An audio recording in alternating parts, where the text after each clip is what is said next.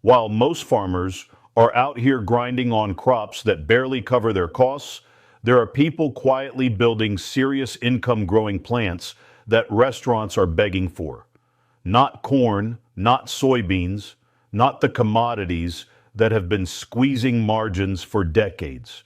I'm talking about forgotten microcrops that sell for $75, $150, even $300 per pound. Plants so rare and so desperately needed by professional kitchens that chefs will drive to your farm gate to get them. And here's what makes this different from anything you've heard before. The buyers already exist. High-end restaurants, Michelin-starred kitchens, farm-to-table bistros, they are actively searching for local growers right now. The demand is there, the prices are there. What's missing is the supply. And that's exactly where you come in. Today, I'm walking you through 12 forgotten crops that the restaurant industry has quietly turned into gold. These aren't exotic greenhouse experiments reserved for large-scale operations. Most of them can be grown on a fraction of an acre, some in a backyard plot, and the per-pound returns will completely reframe how you think about growing for income. I've saved two of these for specific moments in this list because I know you won't believe me until you see the numbers. One of them has been sitting on upscale restaurant menus for years, hiding in plain sight, and almost no one growing it domestically. The other, most people write off as nothing more than decoration on a plate. Both of them command prices that would make a commodity farmer's jaw drop. Before we get into it, hit subscribe right now and drop a comment below telling me whether you already have a restaurant contact in your area or if you're starting from scratch. I read every single one and I want to know where you're starting from. Stay with me through this entire list because the math on what a small dedicated plot of these crops can generate is going to change the way you see every spare patch of ground you own. Let's get into it. Let's start with the plant that exposes one of the biggest lies in the food industry. Almost every restaurant in America serves wasabi. Almost none of it is real. The green paste sitting next to your sushi is almost always horseradish, mustard powder, and green food coloring. Actual wasabi, Wasabi japonica, the fresh rhizome with its clean heat and complex floral bite, sells for $75 to $150 per pound.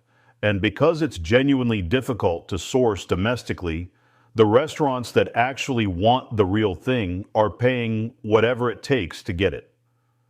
The opportunity here is real, but it requires patience.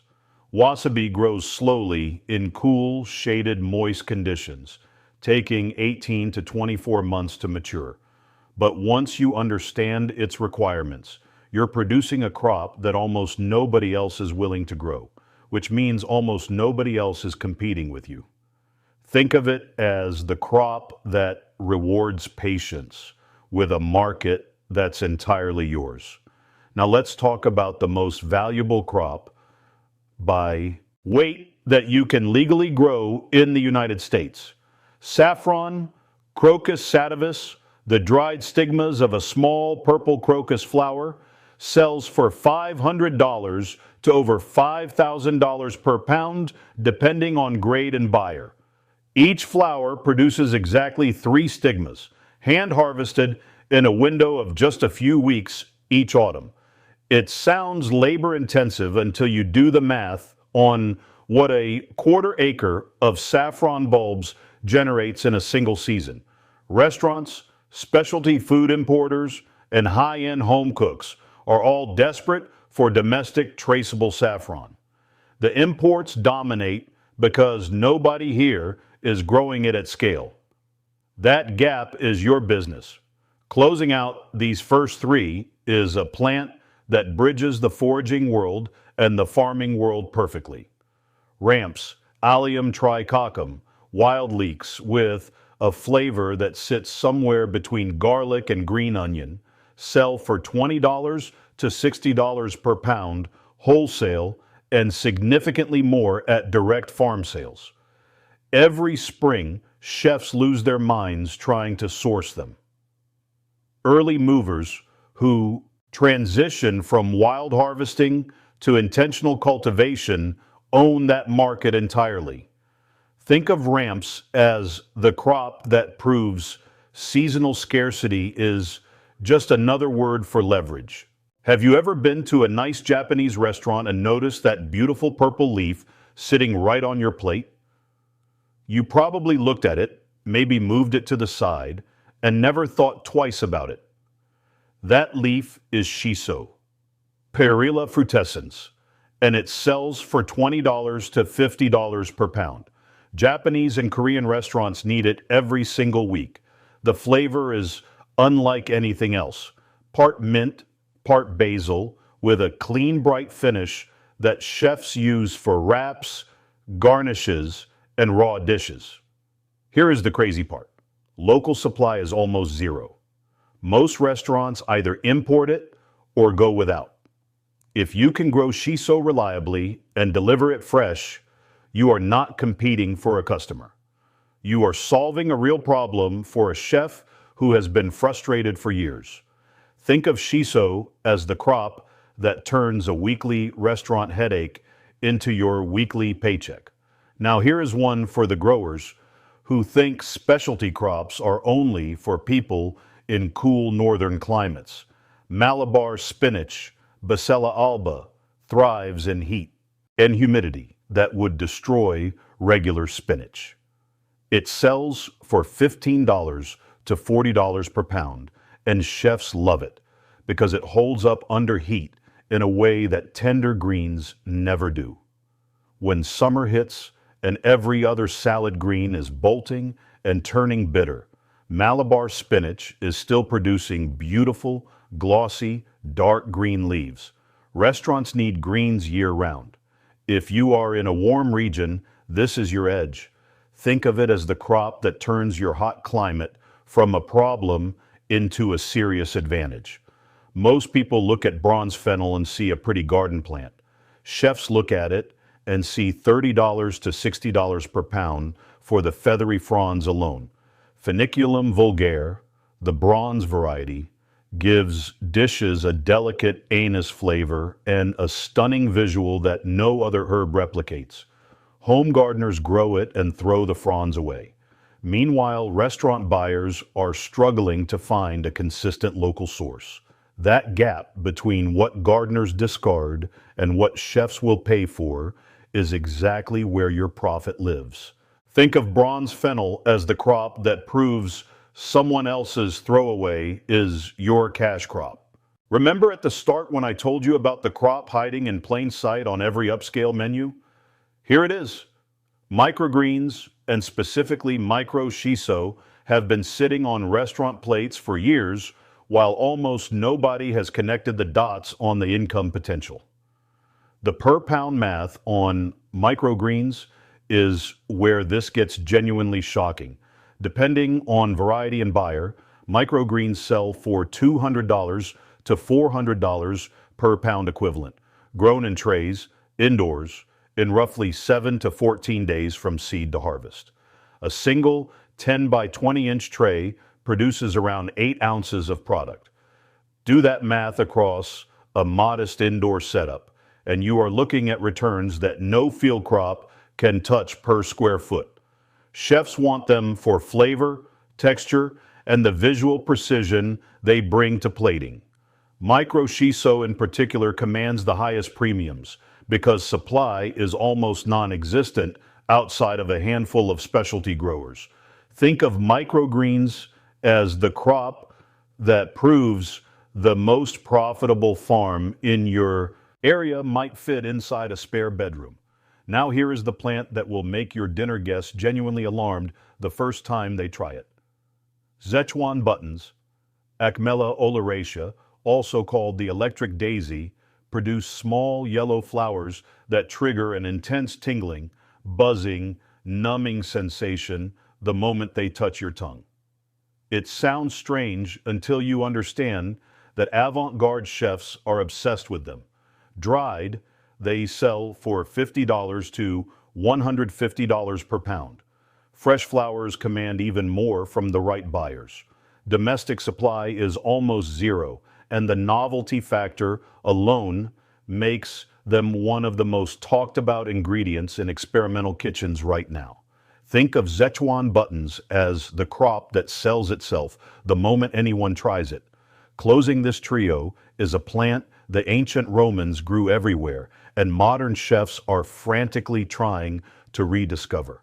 Lovage, Levisticum officinale, tastes like an intensely concentrated version of celery, deep, complex, and savory in a way that nothing else replicates.